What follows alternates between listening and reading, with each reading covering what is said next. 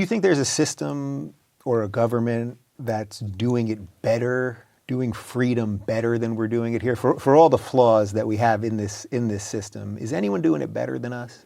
Oh, there may be marginally so, but I think most of the Western world is less free than it was, say, 30 years ago, 40 years ago.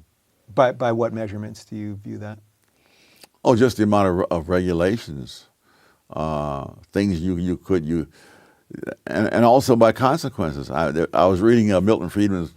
He and his wife had a joint autobiography, and she's looking at one point. She says she looking back on the days when she would ride the IND subway in Manhattan, and what a joy it was. And she said in those long gone days, and the IND subway goes through Harlem.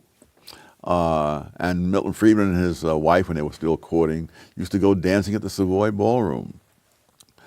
Very few people want to, and you know the famous theme song of Duke Ellington, "Take the A Train." Mm-hmm. The A Train goes right through Harlem on the IND line.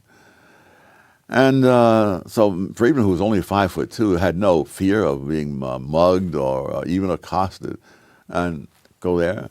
And this was common. There was a black actress who used to get finished with play and her socializing afterwards. And at 1 o'clock in the morning, she said she would be taking the subway up to 155th Street and St. Nicholas Avenue by herself and walking home.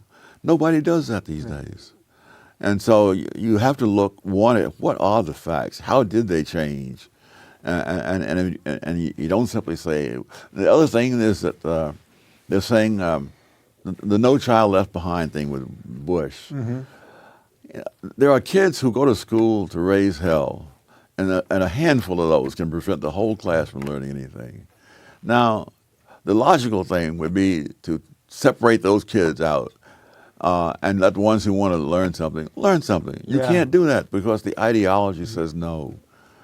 And so you sacrifice whole generations of poor and minority kids for this ideology and this utopian notion. Yeah, and we end up in an odd dystopia, probably. Yeah, and Milton Friedman used to say, the best is the enemy of the good. Yeah. And of course, it would be better if everybody could be educated at the same time. It can't be done.